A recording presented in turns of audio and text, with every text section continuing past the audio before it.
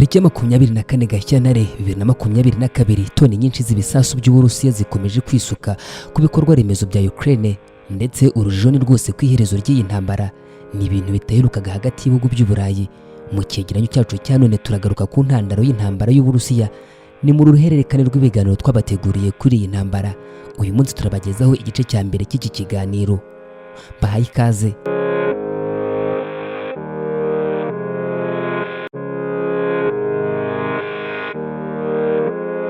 Ni urugamba rwanuganuzwe igihe kirekire, haherwa ku makenga n'urwikekwe hagati ya NATO ndetse n'Uburusiya.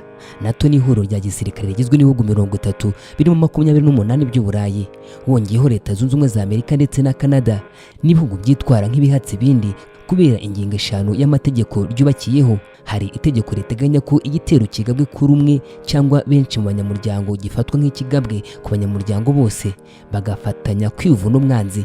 Nibwo bufatanye bwagendeweho barasa kuri Afghanistan mu mwaka wa 2001 cyangwa kuri Libya mu mwaka wa 2011 ubwo bashyiraga iherezo ku butegetsi bwa Colonel Muammar Gaddafi. Ariko se umuzi w'ihangana rya NATO n'Uburusiya ni uwuhe? Reka duhere ubwo NATO yashingwaga mu mwaka wa 1949. Icyo gihe yari igizwe n'ibihugu 12 gusa. Iri huriro ryashinzwe mu bihe by'intambara y'ubutita. Intego nyamukuru ari uguhangana n'igitutu cy'umwe bw'Abasoviyete bwahurizaga hamwe Repubulika 15. Abashinze NATO bashakaga gukumira ko icyo gihugu cya Rutura cyari gifite kilometero zirenga miliyoni 22 cyakomeza kwaguka amaboko kikigarurira ibihugu byo mu Burayi ndetse kikototera n'ibindi bice.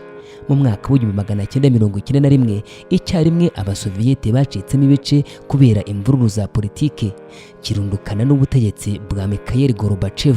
Hahise havuka ibihugu 15 byigenga by'Uburusiya, Ukraine, Armenia, Azerbaijan, Belarus, Estonia, Georgia, Kazakhstan ndetse n'ibindi bihugu birimo za Latvia ndetse n'ibindi. Ubumwe bw'Abasoviyete bwatumye NATO ishingwa bwararimbutse, yo isigara ahubwo ikomera kurushaho. Benshi mu mpuguke batekerezaga ko kuva ubumwe bw'Abasoviyete busenyutse ibihugu byo mu burasirazuba bw'isi bishobora kubaka imibanire mishya n'Uburusiya, ariko siko byaje kugenda. Umwanya uhoraho Soviet Union yari ifite mu kanama k'umuryango w'abibumbye gashinzwe umutekano na ambasade yari ifite mu mahanga byabaye iby'Uburusiya. Uburusiya ngo bwaragambaniwe. Mu gushaka uko Uburusiya bwabo nk'igihugu ukwacyo, hagaruka ku biganiro byaje kubahuza na NATO byayoborwaga na Perezida Boris Yeltsin. Intumwa za Moscow na Washington zaje kwizezanya ko NATO nta mugambi ifite wo kwaguka yerekeza mu burasirazuba ku ruhande rugana ku Burusiya, by'umwihariko ku buryo nta bushotoranye bwashoboraga gupfa kubaho.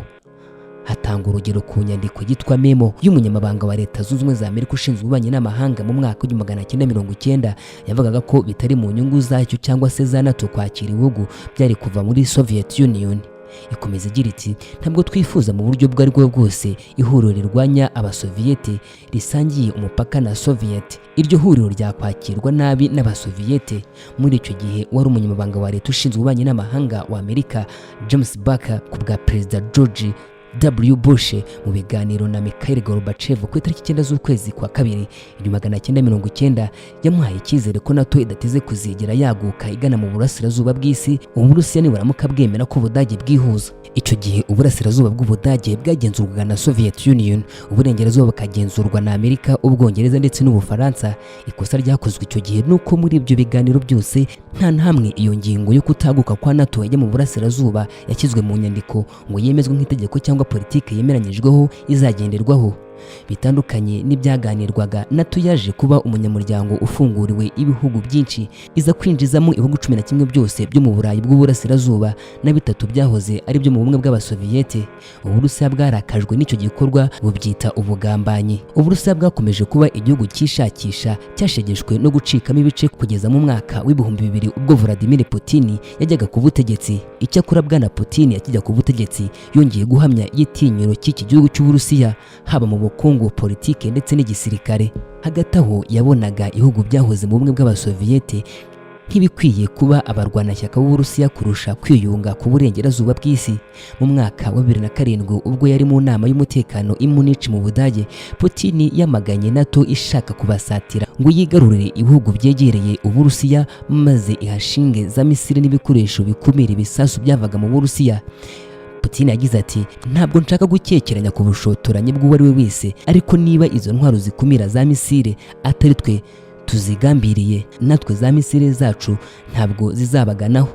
Agahenge hagati y'Uburusiya na NATO kakomeje gusugira, ahanini kagaterwa n'intera iri hagati y'izi mpande zihanganye. Urwikekwe ku ruhande rw'Uburusiya rwazamutse ubwo Polonye na Hongiriya ndetse na Repubulika ya Czech byatangiraga urugendo rwo kwinjira muri NATO, ndetse biba abanyamuryango buzuye mu mwaka w'1999. Byafashe indi ntera ubwo NATO yinjiraga mu biganiro n'ibihugu bya Georgia na Ukraine, ku buryo byaganishaga ku kwinjira muri uyu muryango. Ubwo Ukraine yateraga intambwe ya mbere kujya muri NATO mu mwaka wa 2008, Uburusiya bweruye ko ari ikibazo gikomeye ku mutekano wabwo. Byasabye ko Ukraine iba igihugu kidafite uruhande kibogamiyeho muri izi zindi ebyiri. Nyamara kujya muri NATO bisa naho bitari ubushake bwite bwa Ukraine, ahubwo ibihugu biri muri NATO by'umwihariko Amerika bifite inyungu zikomeye mu kwegera neza mu marembo y'Uburusiya, nizo zakomeje kugenda zisunikira Ukraine kwinjira muri uyu muryango. Mu gihugu hahise havuka imyigaragambyo ikomeye yashyigikiwe n'uburengerazuba bw'isi. Perezida Yanukovych ahungira mu Burusiya mu mwaka wa 2014. Hakurikiyeho akavuyo gakomeye mu gihugu. Agace ka Crimea kabaga kuri Ukraine birangira kemejwe ko kagomba kugengwa n'Uburusiya. Izindi mpinduka zikomeye zabaye nuko igice cy'uburengerazuba bwa Ukraine kizwi nka Donbas cyagiye mu maboko y'abantu bigumuye bashyigikiwe n'Uburusiya. Mu mwaka wa 2018 Ukraine yahinduye itegeko nshinga ivanaho kuba igihugu kidafite aho kibogamye hagati ya NATO n'Uburusiya, yiyemeza gusanga iri huriro rya NATO. Guverinoma ya Kiev mu Burusiya yatangiye guhangana n'imitwe yigumuye yafashe igice cy'uburengerazuba bw'iki gihugu, ahanini kiganjemo abavuga icy'Urusiya. Dushoreje igice cya mbere cy'ikiganiro cyacu cya none.